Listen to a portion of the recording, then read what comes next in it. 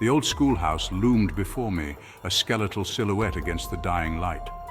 Wind howled through the broken windows, like the mournful cries of trapped souls.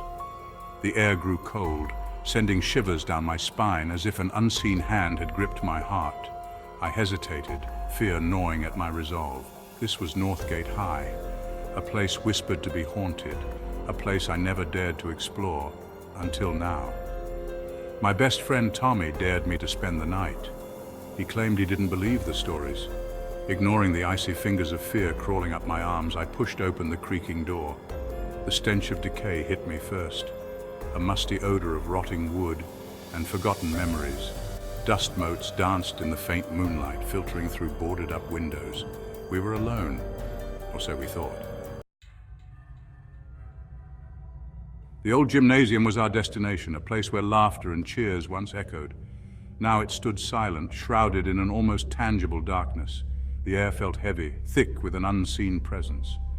I could hear my own heartbeat in my ears, a frantic drum against the silence. Tommy, ever the brave one, chuckled nervously, breaking the oppressive silence. See nothing here but old sports equipment and dust. As if on cue, a cold breeze swept through the gymnasium, stirring the dust into miniature tornadoes, and then I saw her. A flicker of movement in the shadows, a fleeting glimpse of a girl in a white dress. Her eyes burned with an unnatural light, piercing the gloom like icy daggers. My heart pounded against my ribs, a frantic tattoo of fear. Then, as quickly as she had appeared, she was gone. The silence that followed was deafening, broken only by the frantic thumping of my own heart. The air grew colder, biting at any exposed skin. I tried to speak, to tell Tommy what I had seen, but the words wouldn't come out. My voice was trapped in my throat, choked by the growing terror that threatened to consume me. Then we heard it. Whispers. Soft, sibilant whispers, slithering through the darkness like venomous snakes. They seemed to come from everywhere and nowhere at once, swirling around us, taunting us. I couldn't make out the words, but the tone sent shivers down my spine. Tommy's bravado finally cracked, his face paled, and his eyes darted nervously around the darkened gymnasium. I shook my head, too terrified to speak. We were no longer alone in the gymnasium.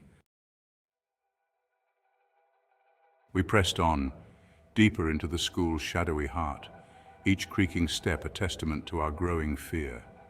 The air hung heavy, thick with the scent of decay and the weight of unseen eyes. I could feel a presence following us, lurking just beyond the periphery of my vision. Every shadow seemed to writhe, every rustle of wind sounded like a whispered threat. We reached the principal's office, its door slightly ajar.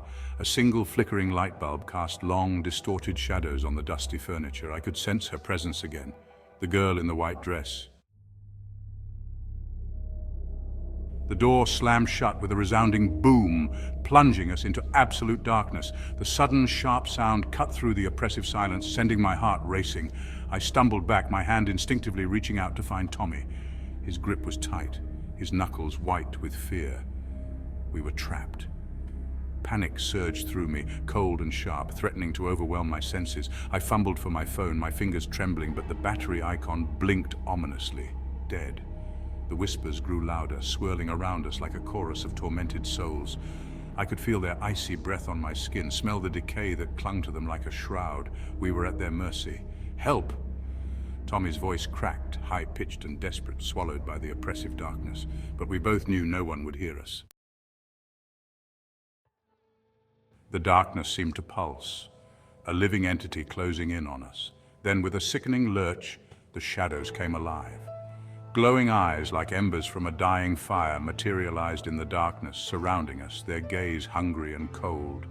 The whispers transformed into guttural moans, the sound of the undead rising from their graves. They were here. The zombies of Northgate High awakened from their slumber. Their rotting flesh hung from their bones, their eyes burned with an unholy light, and their moans sent shivers down my spine. They lurched towards us, their arms outstretched, their decaying fingers reaching for us with a hunger that transcended death. The stench of decay intensified, a nauseating wave of rotting flesh and damp earth. I gagged, my stomach churning. This couldn't be real. We were surrounded, trapped in a nightmare with no escape. We scrambled back, adrenaline momentarily overcoming our terror. The floor was littered with debris, forgotten remnants of the school's past textbooks, broken chairs and shattered trophies. We stumbled and fell, our hands scrabbling for purchase on the cold, unforgiving floor.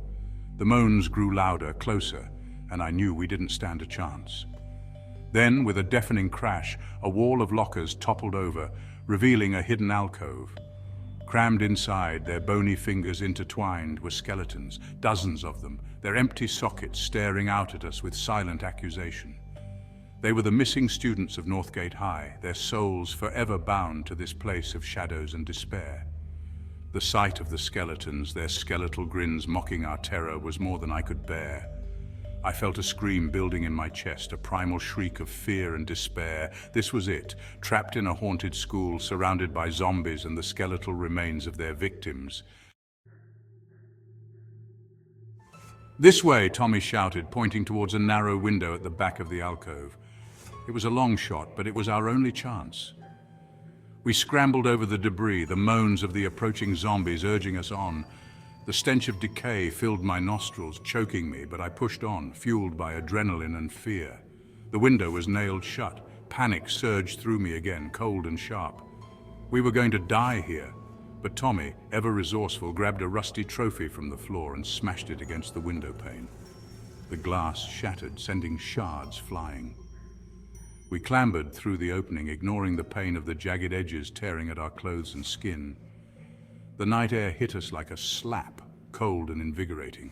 We had escaped the school, but the nightmare wasn't over. We didn't stop running until we reached the safety of my house, our chests heaving, our bodies trembling with exhaustion and terror, slamming it shut behind us, the sound echoing in the sudden silence. We were safe, or so we thought. There, perched on the mantelpiece, was a single golden trophy, its gleaming surface reflecting our terrified faces. And then I saw her, the girl in the white dress. She stood behind us, her reflection shimmering in the trophy's polished surface. Her eyes, as cold and dark as the abyss, stared into mine, her lips curved into a chilling smile. We had escaped with our lives, but the experience had changed us forever.